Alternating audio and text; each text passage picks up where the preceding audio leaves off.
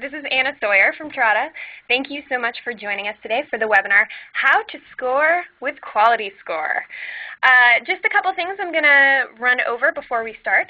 First of all, whoop, that, I don't know why that happened. 1 second. First of all, we're using a hashtag today to promote our webinar. If you hear anything interesting today and you tweet it with the hashtag PPC Quality Score, you will be entered into a random drawing where you could win a $25 Amazon.com gift card. Think of all the things that you could buy from Amazon.com with $25. Movies. Movies. Books. Yeah, for your loved one, perhaps. I am going to run over just a couple things here. First of all, this is being recorded, and yes, there will be slides and a recording of the presentation, and we're going to share a guide afterwards. We usually email those out sometime tomorrow. And if you have any questions, go ahead and type them right into the box, and we will get to them at the end. We will answer as many as we possibly can. Finally, you might see someone in the chat named Danny Randa. He is our awesome marketing intern, and if you have any non-quality score related questions about things like audio or signing up for a demo, he will be happy to answer those. So I'd like to introduce our guest today. His name is Matt Hessler. He has 10 years of search experience working for big companies, small companies, companies who are new, and he has lots of experience with quality score. Thanks for being here, Matt. Thank you, Anna. And apparently, according to the slide, I am also a love guru. Yeah, we were trying to think of a fun theme for this webinar, and, how to score with quality score. Chicks dig quality score, I'll tell you that. They sure do. All right, let's jump right into it. So what is quality score? So as you know, Google AdWords and Yahoo Bing, they work like an auction. You bid on keywords, and people who bid high might get a higher ad position, but actually that's not the only thing that is considered when determining how ads are placed and how much a click actually costs. So both Yahoo Bing and Google AdWords consider other things too. They consider other factors. Matt, would you like to talk a little bit about what some of them are? Sure. So when they're looking at current quality score, and this is most specifically for Google, they're looking at both the keyword bid price, they're looking at how the keyword relates to the ad, and how the keyword and ad combination relate to the landing page. They're also looking at your overall click-through rate for that keyword. So they're really trying to establish a relevancy of how relevant that keyword is to the content on your landing page, the content of the advertisement. And if everything is highly relevant, they assume that you should have a pretty high click-through rate. Awesome. Yeah, so these factors, they make up quality score. It's from 1 to 10, and actually I think I have a slide about that in a minute. It goes from 1 to 10, and the factors combined are what make up quality score. And this determines where your ad will go and also what the actual click price is. And it might be worth noting, too, that Google has always been fairly opaque in terms of how they talk about quality score. They'll tell you the factors that go into it, but they don't give you specific feedback on which factors are driving the majority of the score, how they weight them. So quality score, lots of people have interest in it because it is a bit of a uncertain topic. There's not a lot of published expertise in the area. So hopefully we can reveal some quality score secrets today. Yeah, so we're gonna go a lot deeper into exactly what quality score is, and again, we'll talk a little bit about what Google reveals and doesn't reveal, and we'll also talk about the Yahoo Bing Search Alliance's version, which does work a little bit differently. But just first of all, we want to kind of talk about a few sort of high-level things. So before we get started, we would love to do a little poll so we can get an idea of how we should sort of focus our content. So if you can go ahead and click right onto your screen and choose which networks you currently advertise on, so we can sort of tailor our content from here on out, and also during the webinar. So if you advertise on Google AdWords, the other networks on Google, which are Content Network or YouTube, if you advertise on Yahoo Bing, we always suggest that people do. If you are interested, we could go into that a little bit. Facebook, or if you are just getting started and haven't yet started advertising. So the responses are coming in, and it looks like most people definitely are advertising on Google AdWords. We've got a good percent advertising on Yahoo Bing. I'm not sure if you guys can see this too. I'm not sure what you guys are seeing. Well, we will definitely share the results of this poll when we send out our follow-up email. Absolutely. But it's definitely looking like the Oh, I can see it. They're letting us know. Yeah, definitely looking like most people are advertising on AdWords. Well, we'll cover both. A lot of people, it's a real hot topic. People in the industry are talking a lot about the Search Alliance or Ad Center quality score. It is fairly new. It's only about a month to 6 weeks old. We've had lots of time to play with it here at Trada, so maybe we can offer some answer some questions at the end about Search Alliance quality score specifically, just because it is really new. Yeah. All right, let's move on. I'm going to give you another second to get your responses in. Looks like most people have already answered. All right, so why do, I don't know why our slide's not showing up here. Why do the search networks do this? Why don't they just let the highest bidder be at the top? Well, it's to provide a consistent, relevant, and pleasant experience to the searcher. Basically, they are trying to reward people who provide this consistent and relevant experience by possibly giving them a lower click cost or maybe allowing them to have a higher ad position than someone who's bid more. So just a few logistics. The collection of factors is given a score between 1 and 10. This is what Google says. They say 7 to 10 is good, 6 is average, and between 1 and 5 the keyword is underperforming and you might want to do some work. There's a little bit of, we might say something's a little bit different. Matt, do you have anything to sort of say about I mean, it's kind of fuzzy math. It depends on the industry you're in and how competitive it is. If there's intense bidding competition, especially on Google for some of the most competitive verticals, you can be happy with a quality score that's a 4 or a 5. It can still mean that things are working effectively. The other thing that we do find at Trada is that with a lot of long-tail keywords where you use a 4, 5, 6-word keyword combination, Google has trouble seeing the relevancy across all of those keywords, and sometimes that keyword can be very high conversion for your campaign, can be a great keyword for you, but can still get assigned a low or underperforming score by Google or Search Alliance. So, just because they say you've only got a quality score of a 3 or 4, don't abandon all hope if that keyword is actually converting and driving good targeted visitors. The other thing is Google very heavily weights click-through rate because obviously higher click-throughs will mean more money for them. And so, you might have a keyword with a lower click-through rate, but it might, again, be a really highly converting keyword for you. So definitely don't abandon all hope if you have some small keywords, but it's worth looking at. So Matt, I would like to ask you to give a brief history lesson on how Google didn't always do it like this. They actually used to give this keyword to the highest bidder. That's true. Give the ad placement to the highest bidder. Google's gone through several iterations when they've done their bidded auction for pay-per-click search results. It started as just a pure bidded environment, so whoever bid the most would receive the highest position in the results. Shortly after that, in the very early 2000s, they started to add a quality score component. It wasn't really quality score at that time, though. It was just click-through rate. In Google's mind, and you can see the motivation there, for them to maximize their earnings, they wanted to serve the ad that had both the combination of highest bid price and highest click-through rate. So it doesn't do you any good if you're willing to pay $5 a click, but your click-through rate is horrible, and they think you're not going to get a click at all. They would actually prefer to serve someone with a higher click-through rate. From there, about 2006, 2007, they started to really mess with this kind of quality score concept and start to roll in other factors, formalizing it just a few years back with this idea that it really is about relevancy, the same kind of language they use when describing their organic search results. They're really trying to give the best user experience, and so they are scanning the actual landing pages to see how relevant they are and weighting some of that relevancy as well as click-through rate and bid price in determining your overall score, which in turn determines your results position. And again, remember that we're talking pretty much strictly about Google at this point, but we will touch on Yahoo and Bing in a little while. They just have a lot less history, and so we do have some points to make. We'll definitely answer your questions about Yahoo, Bing, but for most of this webinar, we will be focusing on Google Quality Score. So let's talk a little bit about why should you care about Quality Score? Well, Quality Score can actually effectively determine your campaign success.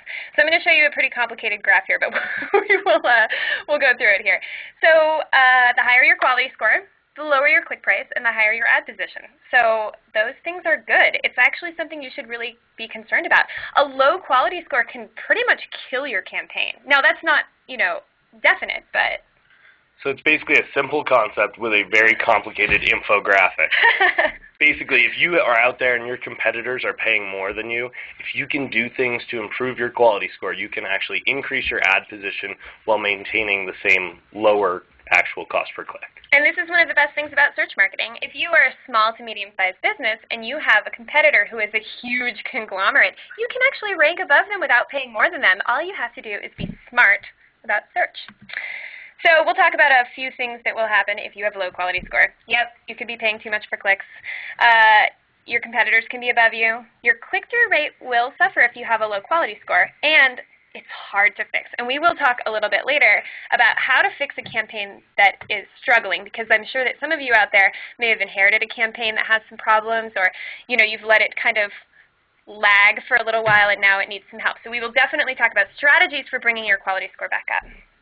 So first, let's talk a little bit about how does this affect how I run my campaign. So we always suggest that you should be thinking about quality score. And actually, if you've attended some of our other webinars or read some of our guides, you'll see that we give a pretty standard set of suggestions. Keep your ad groups small, write multiple ads and test them. All of these things are related to quality score, actually. So we always say keep your ad groups very small and thematically relevant. So just to give you an idea of how we're going to frame this, we're going to talk a little bit about how to address quality score when setting up a new campaign, and then we'll talk a little bit about how to address quality score when you're curating your campaign. So step one, keep your ad groups very small, and this will address that keyword relevance to ad copy question. Matt, if you can talk a little bit about how can you make sure that every keyword is included in every ad? Is there a way to do that? So it is technically impossible. You've got a very limited amount of ad space. You've got a 25-character title. You've got 235-character body lines. Not a lot of room there to make sure that all of your keywords are represented. You can use some tricks like dynamic keyword insertion, which may help make the ad copy a little bit more relevant. But by and large, the best way to keep relevancy between the ad copy and the keywords in the ad group is to keep the ad groups very, very small. We usually recommend, kind of a 2 to 10 keywords per ad group. Sometimes it makes sense to go larger. A lot of people build big ad groups because it's just easier to do. But that laziness can hurt you in terms of your overall quality score. Yeah, we're not going to lie. It's kind of a lot of work to build all those little ad groups and write all those ads, but trust me, it really does pay off. When you see yourself paying much, much less for a click, getting better click-through, you'll be very happy. So another strategy for getting all those keywords into that ad is to work backwards by writing ads based on landing page copy. And this also helps with that keyword ad copy relevance to the landing page. Basically, if you think about it like you want your keyword to be included in your ad, and you want your keyword to also be very densely represented in your landing page. Now, there are a few things that you can do to work on that. You can actually use SEO tools to check for keyword density. So let's talk a little bit about landing pages. Landing pages are tough because you need a designer and a developer. You can always use a third-party landing page builder like unbounce.com. These guys are friends of ours. They're awesome. They allow you to build landing pages without having a designer and a developer. You can A/B test them. This is just a great tool to use along with your PPC campaign. And there are some other tricks that we'll cover in Q&A if people have questions. From an SEO perspective, even things like kind of reworking some of your metadata and things like that will be a big help in terms of making sure that things are relevant. I know not everybody wants to go to their IT group and have dozens of new pages made just to improve quality score, but Google does look at these things. They scan these pages fairly superficially. If you were to compare it to how they actually index their organic results, they go much deeper with the organic. With the pay-per-click quality score, they're looking for superficial on-page content, header tags, so H1 stuff, title tags, and metadata. So let's talk a little bit about how to work on your click-through rate. So I'm sure Matt would like to talk a little bit about how Google does place extra special importance on your click-through rate. So click-through rate is this vicious cycle, right? Because if you have low click-through rate to start, you will receive a low quality score. That typically means your results, you end up in a lower position in the search results. Lower search result position then in turn leads to further lower click-through rate. So again, click-through rate is about writing good ad copy. The ad copy's got to kind of pop, draw users' attention, have a call to action that kind of promotes them clicking through. For people that are doing businesses, it became very popular for a little while with local businesses especially to include a phone number in the ad copy itself. That's great, but your click-through rate will fall through the floor. If people are not clicking on the ads, then you may inherit a low quality score, and your ads may fall out of rotation altogether, even though you were getting all those free phone calls. So lots of things with ad copy, but punchy ad copy that stands out. If before you sit down to write an ad, look at what your competitors are doing for those same types of search queries and write something that's a little different. I mean, it's hard to do, but again, it does pay off. Excellent advice from Love Guru Matt Hessler here. So we've talked a little bit about how to address quality score when setting up a new campaign. Now we want to talk about how to address quality score when you're curating your campaign. Okay, so I know we've said this 1,000 times, but your curation phase never ends.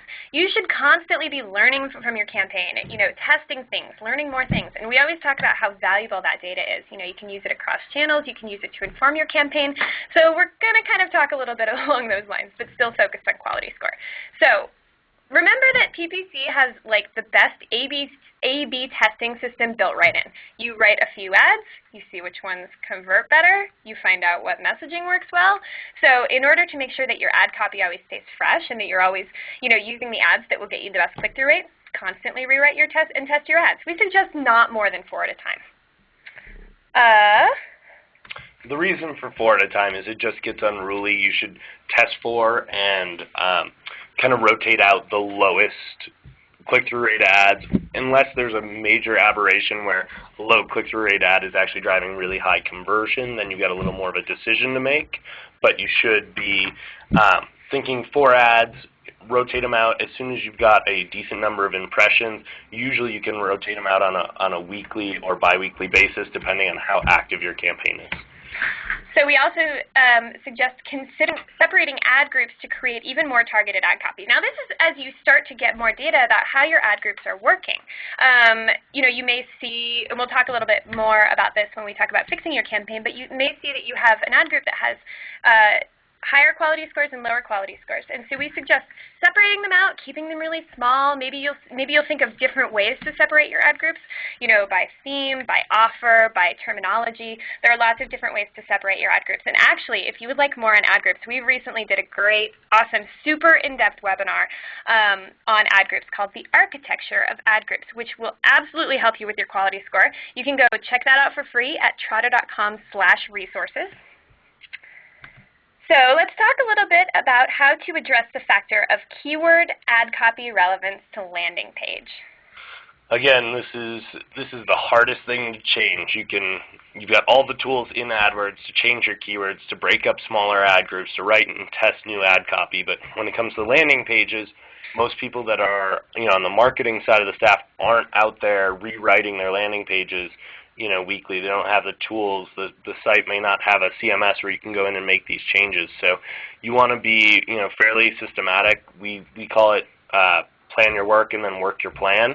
So start by looking at all the pages on your site. Think about where you would want to drive visitors, and then think about the keywords that are going to work to drive those visitors, and make sure that they're on those pages. So sometimes stepping back, sorry for all the analogies, but like the forest for the trees, you want to start with the pages and say, okay, what are the keywords that are going to drive visitors here? How can I make sure that they're in my on-page copy, make sure they're in my metadata? You want to only do this exercise once or twice, otherwise they will start to fall on the deaf ears of your IT departments to make these changes. So, be kind of comprehensive and really think about, okay, these are my priority keywords. Let's make sure we get them in there. Great. Guys, I am just seeing so many awesome questions come in there, coming in a mile a minute. So we're going to, move relatively quickly through this content. If you have any questions, or if we go too fast about something, let us know. But we want to answer as many questions as we can. So finally, we'll talk a little bit about how, in the context of curating your campaign, you should address click-through rate. This is an awesome tool. And Matt, I don't know if you can tell me if this tool exists both in Yahoo Bing Search Alliance and in Google? It doesn't, actually. It's a fairly unique concept to Google, this first page bid estimate. The first page bid estimate is actually an interesting kind of assertion by Google. They've said it's kind of letting you buy yourself out of jail. So if you have a keyword that you feel is really important to your campaign, but Google has assigned it a low quality score, they may come back and tell you that you have to pay a minimum first page bid estimate to achieve first page results. It doesn't guarantee you that you'll be in position 1. It also doesn't mean that you're necessarily going to appear in position 9. What they're doing is they're saying, based on the quality score that they've deemed for your keyword, they find that it's not that relevant, so they're asking you to actually pay a bit more to show up in the results. So they're saying, hey, if you think this is relevant to your campaign and you can't make these other changes to increase your quality score, you can actually buy your way onto the page by increasing the bid price alone. So it's somewhat, people have different things to say about it. People will naysay Google that this is, their way to earn more money and get people to really increase their click prices. But at the end of the day, that's their evaluation to make sure that it's worth it to them to show the best result on that page for their users. So there's a way to buy yourself out. You can also use your first page bid estimate tools to chart, how the changes are affecting your campaign. So you can have a keyword that Google says, it was 30 cents, and now they're asking you to pay $1. If you go back and make some quality score changes, they may reassess that keyword and realize that you don't have to pay $1 anymore. And maybe it's 50 cents, or maybe they'll let you play at that original bid price of 30 cents. It's a good meter to determine if your changes are working. Yep. And remember that these changes that you make, you aren't going to be blind to the data. You will see when things are working. Search gives you immediate feedback. You'll definitely start to see this stuff right away. So I'm not only excited to move on to the next portion of the webinar where we start to talk a little bit more about more sophisticated things about quality score. I'm also excited to show you this next slide where we have a romantic picture of our guest, Matt Hessler. Oh, it's only romantic if you love cigars and gin. Yeah, I got most of my images for these slides from iStock Photo, but this one was just, I couldn't pass it up. Well, amen. Let's take a moment to gaze at our guest here for a second. So let's move on. We're going to talk a little bit go a little bit deeper on quality score. So we talked about the elements that you should consider when you're worrying about quality score, but Google actually doesn't publicly list all of them.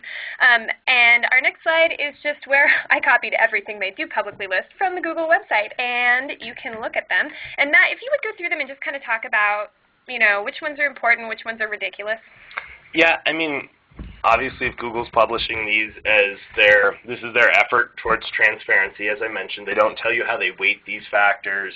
They don't tell you if they're applied at keyword level, ad group level, or campaign level as far as all the factors go. So it's only half transparent, but the idea here is that they're going to look at the history of your account. So people that are starting fresh accounts, good news is you get a clean slate. The bad news is you don't benefit from any of that history. If you've got something that's been running for a long time, you may actually see your quality scores just stay at a more consistent level because of that history.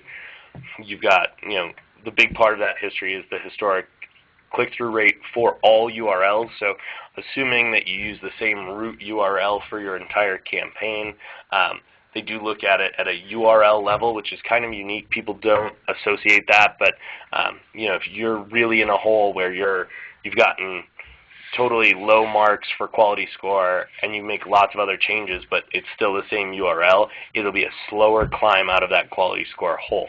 If you have the opportunity to kind of do some rebranding or try a different URL, lots of affiliates use this strategy. They'll actually just put up a completely new site to avoid having to deal with the baggage that their URL might have in terms of historic quality score.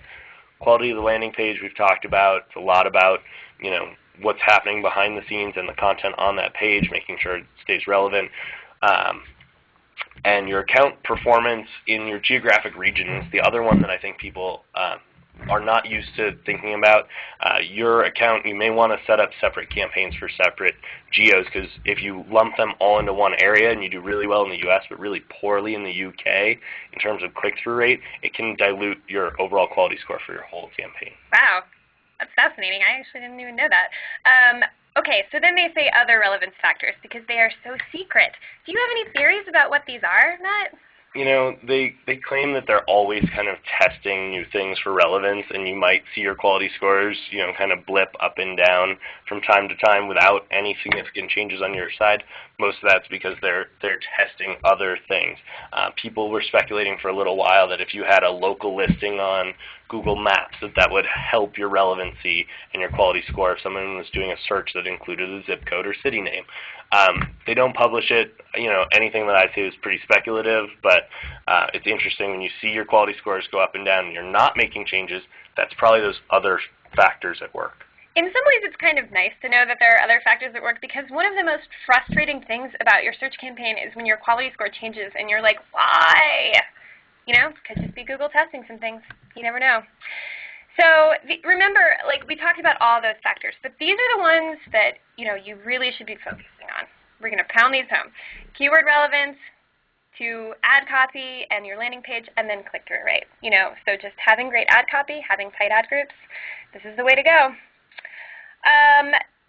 So we'll talk a little bit about the Search Alliance, because you know, a lot of people are advertising on the Search Alliance. We always suggest that you advertise on the Search Alliance in addition to Google. And why? Well, a lot of times they have cheaper clicks. They have a totally different demographic. So, you know, you could say, yes, Google accounts for 65% or whatever of the search, you know, split, but, you know, Yahoo and Bing account for 20%, and that's 20% of people who are out there searching for you who can't find you. So we definitely suggest advertising on Yahoo and Bing. Yeah, I mean, I think Search Alliance is claiming, you know, a reach of around 165 million users per month. You can't discount it. It's still a pretty big reach, and it's secondary to Google, but in terms of if you're going to spend your time, you can actually leverage both. And they're different people. They're different demographics. It's worth giving a try. So these factors are collectively scored from 1 to 10, and these are the 3 things that they talk about. So very similar to Google, right? But they give you a whole different level of transparency, and they use quality score in a different way. It's really interesting that, you know, Search Alliance, which is Bing and Yahoo, came to this party late in terms of this quality score notion. They took a little different slant. They look at keyword relevance, landing page relevance, and landing page user experience, which is kind of a cloudy, you know, thing to describe. Who knows what that experience is?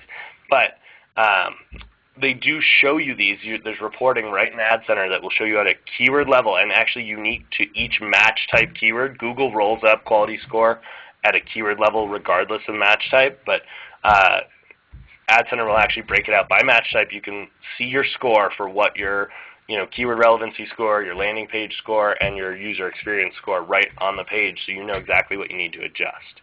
So the other things that are interesting is how they apply it to the campaign. They don't actually have the quality score affect the rankings per se. So if you've been showing up in position 5, quality score is acceptable, you stay in position 5. Now the one caveat to that is, since they've implemented quality score, if you've got a quality score below a 6, they can actually remove you from the auction altogether. So if you're above a 6, it doesn't help you increase your position, and it also doesn't push you lower on the page. But if you're below a 6, it can take you out of the auction altogether for that keyword. So the other thing that's interesting is the way they evaluate landing page experience is totally binary. They give you a score of either good or poor for factors largely unknown.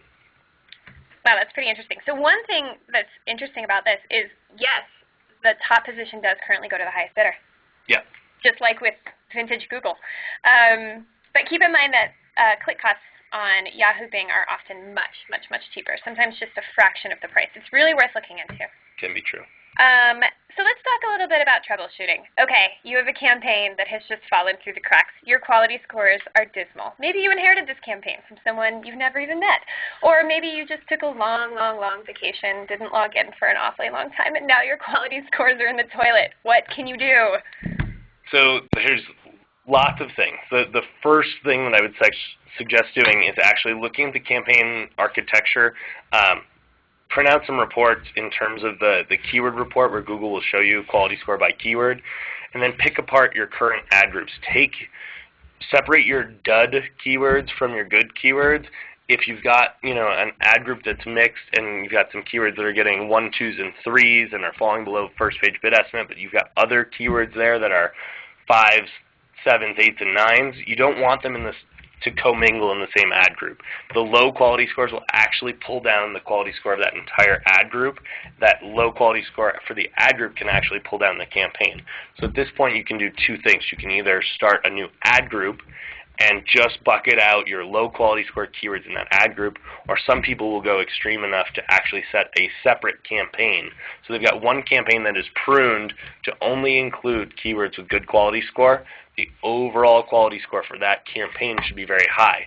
Your other campaign becomes more of a test campaign, where you're testing other keyword concepts that may be highly related, but you've had low historical quality score for. Now you can keep those in some tight ad groups, and they won't affect the good keywords that are in your kind of primary campaign. So kind of picking that apart and creating some different structure can really help, because Google and Search Alliance both will roll up quality score all the way from the keyword level to the ad group to the campaign. And you could have a whole campaign that's suffering because of a few bad keywords. Great. So get those bad keywords out. It doesn't necessarily mean you should get rid of them, because maybe they're good keywords that were matched with a bad landing page or a bad ad.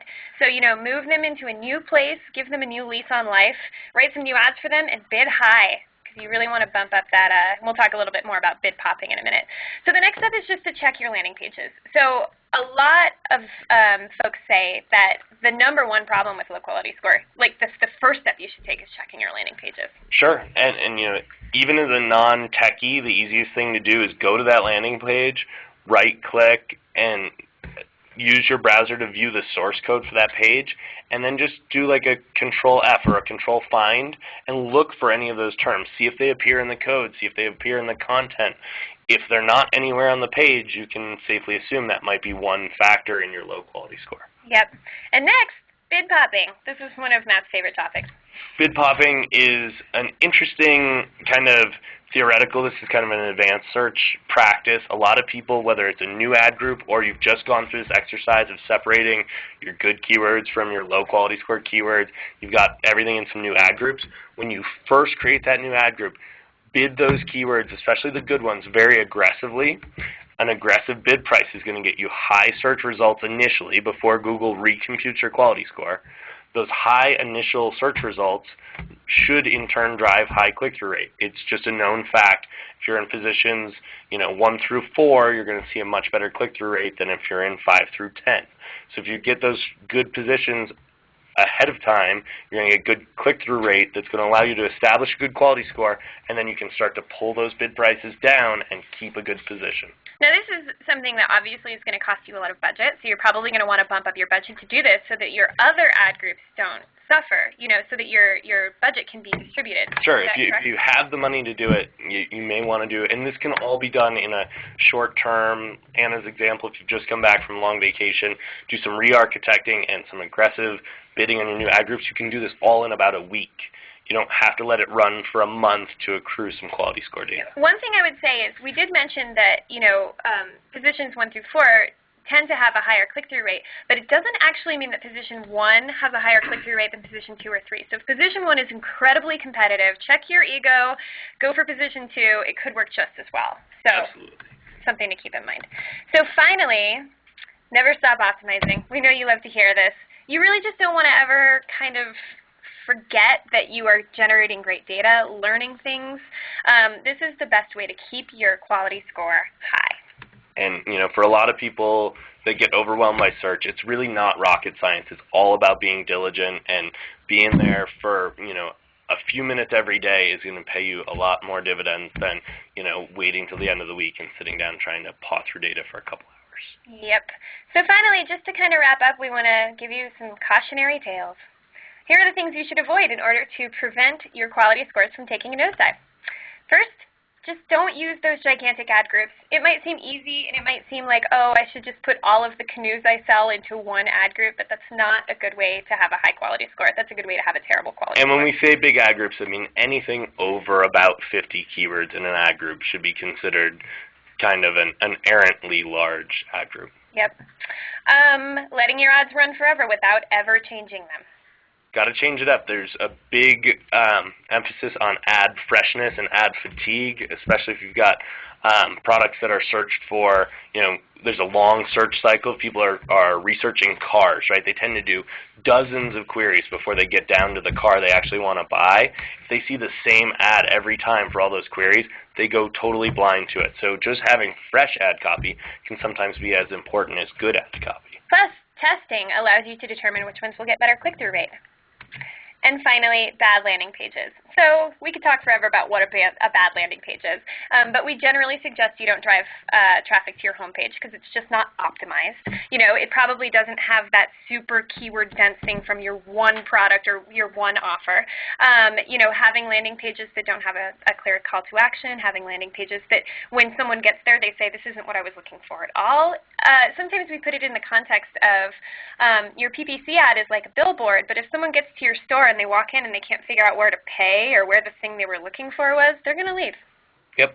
Yeah. If your landing page is a giant, it's very visual, and you've got lots of images but no content, that's another thing that, unfortunately, Google just can't see what those images are. They can't tell if the images are relevant. You've got to have some content on those pages. And finally, taking a vacation. I know that you want to take vacations. If you do, put someone else in charge of your PPC campaign. Just make sure it doesn't get left alone for a really long time. A good search marketer logs into their campaign every day. A pretty good search marketer logs into their campaign a couple times a week. Yep. And Anna apparently hates vacation. I'm going on vacation soon, and I will have someone look after my search campaigns. You better. So, guys, we have so many questions, and I know that we've gone a little bit over the main portion of our webinar. We'll answer as many as we can. We hope that you will stick around forever. We don't have anything else to do today. We're going to first take 2 minutes to talk about how Trada can help you. I promise it won't be any more than that, and then we will answer as many questions as we can. So here's where we take 2 minutes to tell you that Trada can do all of this stuff for you. We can optimize for quality score. We can do all of this stuff, and it actually doesn't cost any more than if you were to do it yourself. So let that sink in for a second. Here's how we do it. We have a crowd of certified paid search experts. They live all around the world. They've passed a very rigorous certification exam to come work for us. And they already know how to do all of these things. Because multiples of them apply to work on your campaign at the same time. So this means depending on your budget, you could have 4, 5, 10, 20 people all working on your campaign at the same time. You have this great diversity of thinking. Many different people will write many different ads. They will think of many different keywords. If you try and sit down and think of every single keyword to sell every single product that you have, you just can't do it. You are only one brain. Collectively, if they have time to constantly optimize, and best of all, with Trada, you can run on Google, Yahoo, and Bing all at the same time through the same interface with no extra hassle. And best of all, they already know how to maintain quality score. They're experts. They know how to do this. You're the expert on their business, on your business. They're the experts on doing search marketing. So it's pay for performance. They basically just, optimize below prices that you set. There are no fees. There's no startup fees. There are no management fees, and you can get started away. So Danny is asking you guys if you would like a demo. We will set that up for you. It's super easy. And now we're going to get to the questions. So I'm going to scroll all the way back up to the top. Yeah, this is great, guys. We love seeing all these questions. Yeah. Like Anna said, we'll try to go as deep as people want to go, and that's the entertaining part of a webinar, is actually getting your specific questions Yep, answered. absolutely. And if you guys don't want to stick around, we'll go as long as we can, but we definitely suggest you do because a lot of these questions are awesome. So let's start at the top. Laura wants to know, oh, now we scrolled down again. I think, I'll paraphrase. Laura wants to know, how much can some keywords with low quality score hurt your whole campaign? And, yep, and that's the question. So basically, it can be detrimental. I mean, if you want to look at it as a percentage. If you're talking about less than 10% of your keywords have a low quality score, it's probably not going to be overall that detrimental. Any more than that, you want to start to really pay attention to those. In either case, whether it's 10% or above or below 10%, you want to try to isolate those at the very least into their own ad groups and potentially into their own campaigns. Or the other way to think about it is keep your superstar keywords that have both great quality score and really good search results, meaning they're driving good clicks at a reasonable price and good conversions. Put those superstars in a campaign by themselves where they're not going to be affected by the low quality score that may be in the primary campaign. Great. Moving on. Zen wants to know, and this is a very specific question. We offer a service that targets moms, like mothers. Can we buy large volume keywords like coupons or horoscopes to get our message in front of them? We have a very high CTR, click-through rate, and figured that would give us a decent quality score. Great question, and that example can be used for lots of folks, without the specifics. A lot of people will target broad audiences with their keywords. What I would suggest, if you're already seeing good click-through rate, that means you probably are doing some good ad copywriting and good fundamentals. What I would look at is, can you put together some landing pages that are specific to those themes, that also talk to your message about, to your mom audience. So is there a mom horoscope landing page? If you can keep those things all consistent, you may be able to attract the right audience and also give them an experience that Google feels is relevant and assigns you a high quality score. Great, thanks, Matt. So here's a question that's actually about Trada. Kevin says, can you talk about Trada versus Reach Local? For example, what are the differences and advantages of Trada? What makes us different? Interesting. Well, we won't pretend to be total experts on Reach Local. I know of them. I know some of their general tactics. Reach Local works with several engines in the same way Trada does. They help you build your campaign. They are focused on local SMB businesses, so we do share some customer kind of segmentation with Reach Local. Trada's big differentiator is that we apply this crowdsourced methodology to your search campaign. So where you might have a single campaign manager expert at Reach Local working on your campaign, here you actually get a set of optimizers, anywhere from 3 to 12 or 15 optimizers working on a single campaign. They all contribute content, so they think of different keywords, different ad copy. They research your site and figure out what's going to be the best landing page to direct this traffic to. So the benefit of having multiple optimizers is huge. It's hard to really talk about Trada without the value there. It's like if you as a small business could put together a focus group of 10 people and ask them all the different ways they might search for your product or service, you're going to get a myriad of results. The nice thing is Trada solves that problem every day by having multiple experts think about it. So, a woman in Louisiana thinks about it differently than an elderly man in Seattle. You've got geographic biases, you've got age biases, sex biases. So by putting multiple optimizers on a campaign, we get a much more diverse set of keywords and ad copy, and we tend to see really good results. Great, Matt. Thank you. We actually had a lot of questions about keyword match types.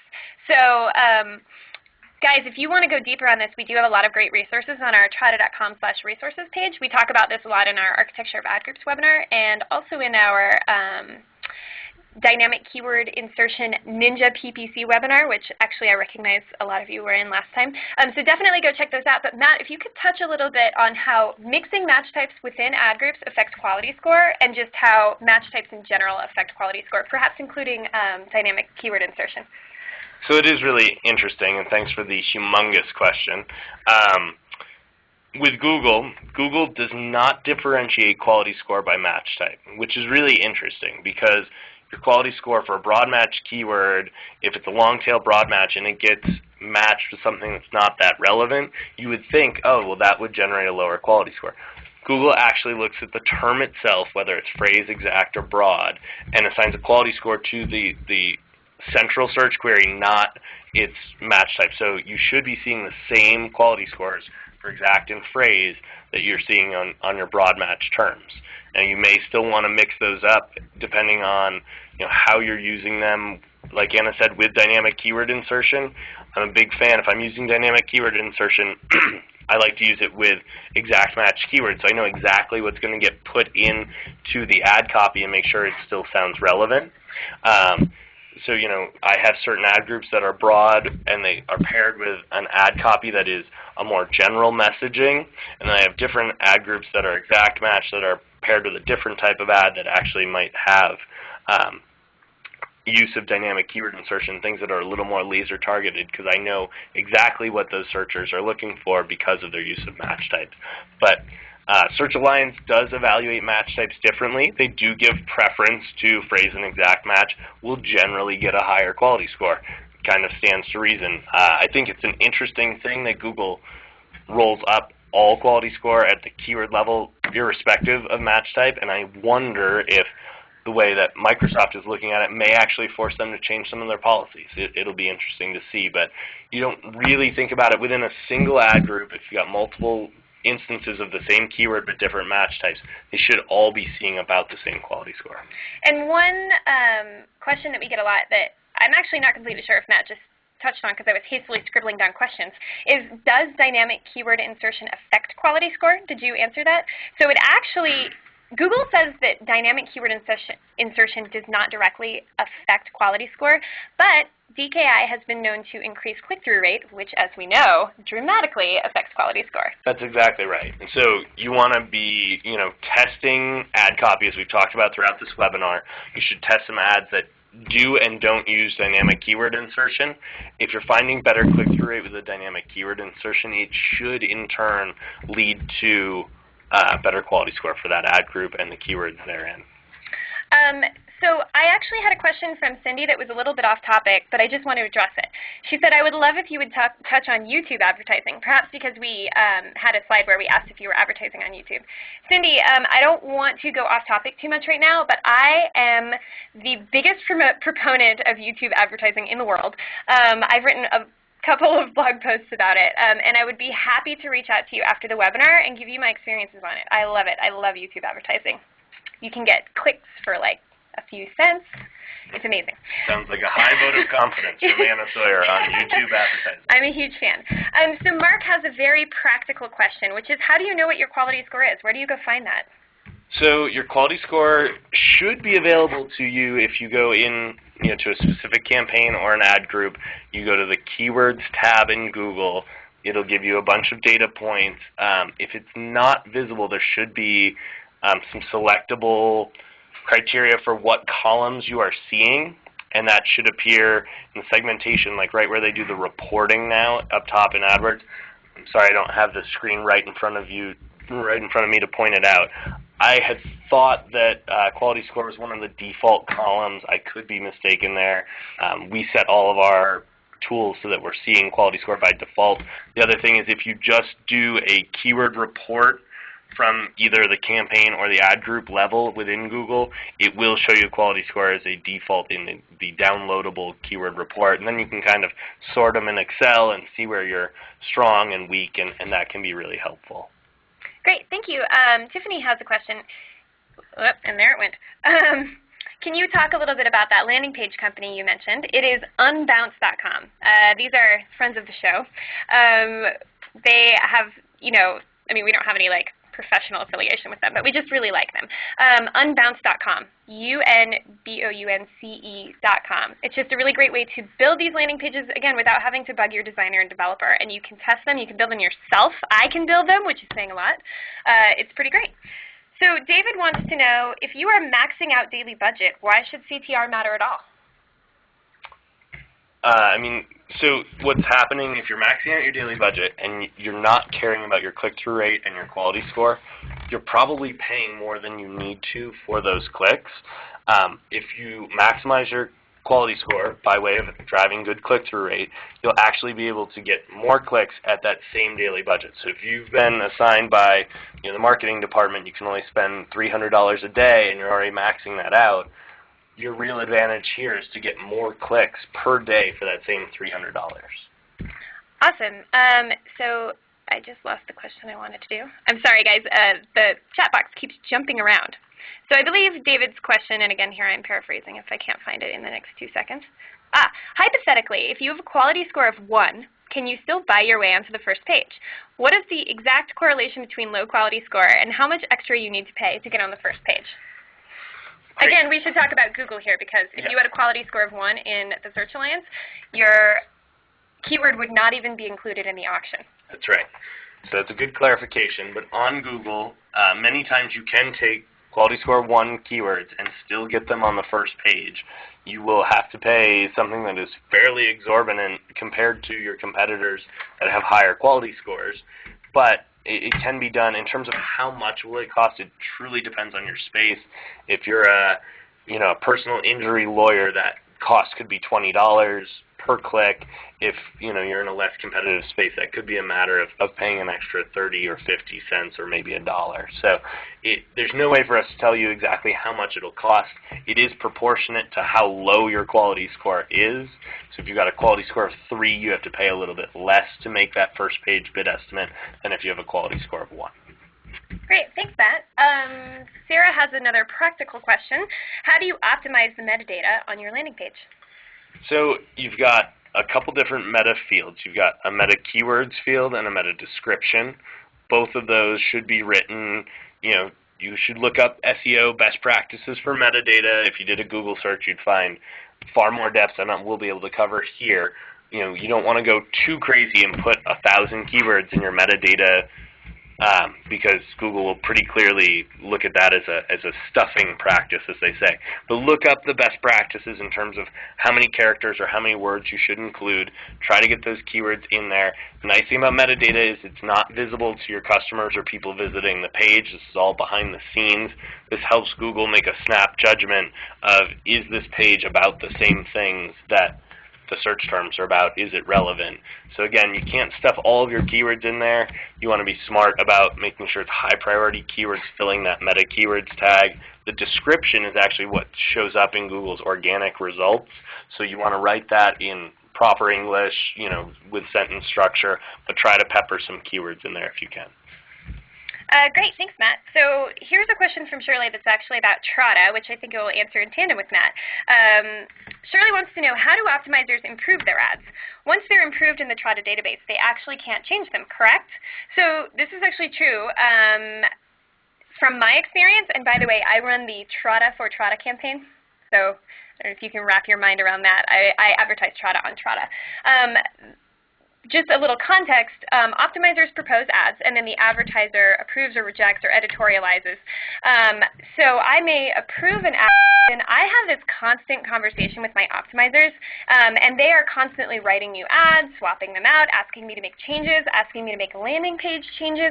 With Trada, you really have this, this constant dialogue going on with your optimizers. And actually, if I'm correct, you actually cannot edit an ad in AdWords either. You simply replace it with a new ad.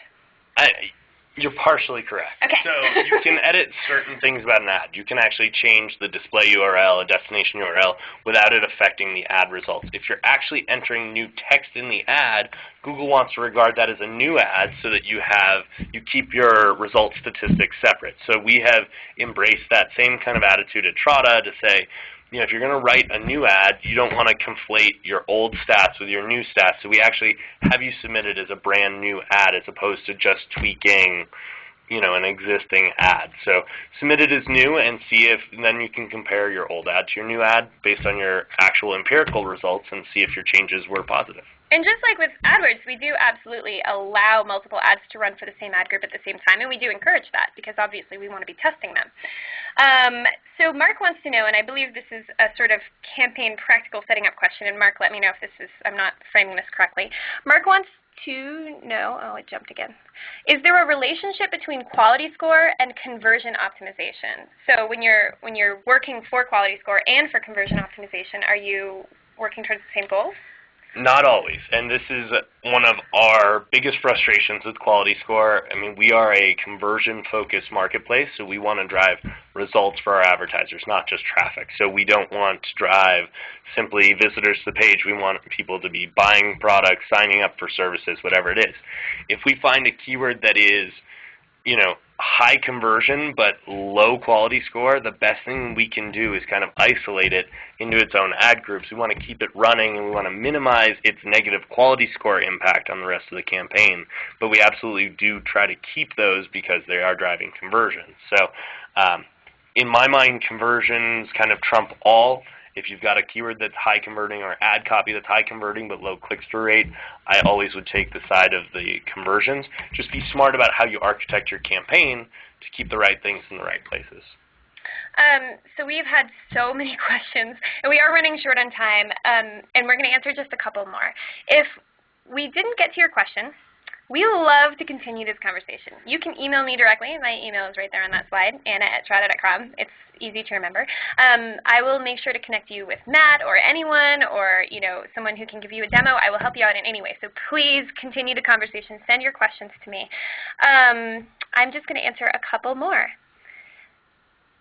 And sorry, there's one right here.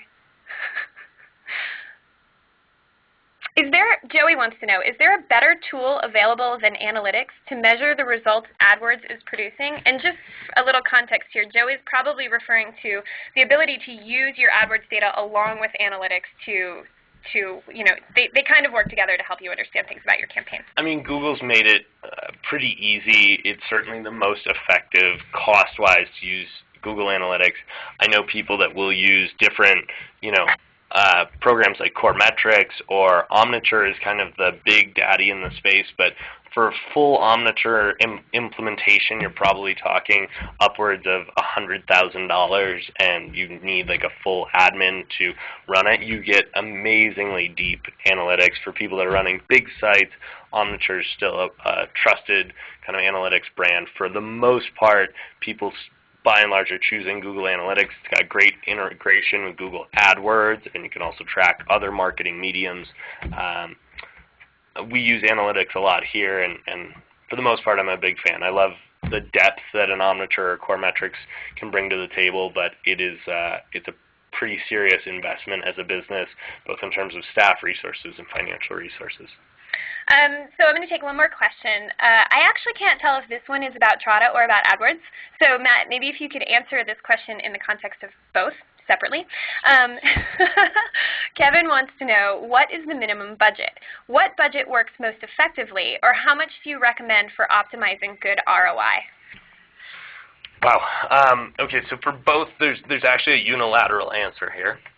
That when you try to put it in context of ROI, it really depends on, the CPA you're trying to achieve, the cost per acquisition of that new customer, and the cost per click. So if you've got a product that sells for $1,000 and your clicks are only $1, you need to spend, a decent amount before you get to transact that full business. It's a high commitment purchase, $1,000. People don't, grab that right away and put it right in the shopping cart and check out. It's going to take you a little longer, so you're going to maybe need a little more budget. There's also a lot of folks, we happen to work with a lot of different types of lawyers here, and the legal space is pretty expensive. If you're dealing with $10 and $12 clicks and you still need a decent period to research the campaign, I mean, we recommend that you're doing at least about a 60 to 90-day investment to get through what we consider exploration. What are all the keywords I could use? What are some different ad copy themes? Then some kind of optimization where you're actually reviewing the data that you've accrued in the first month. You're making changes. You're doing further testing. You're pruning out bad keywords.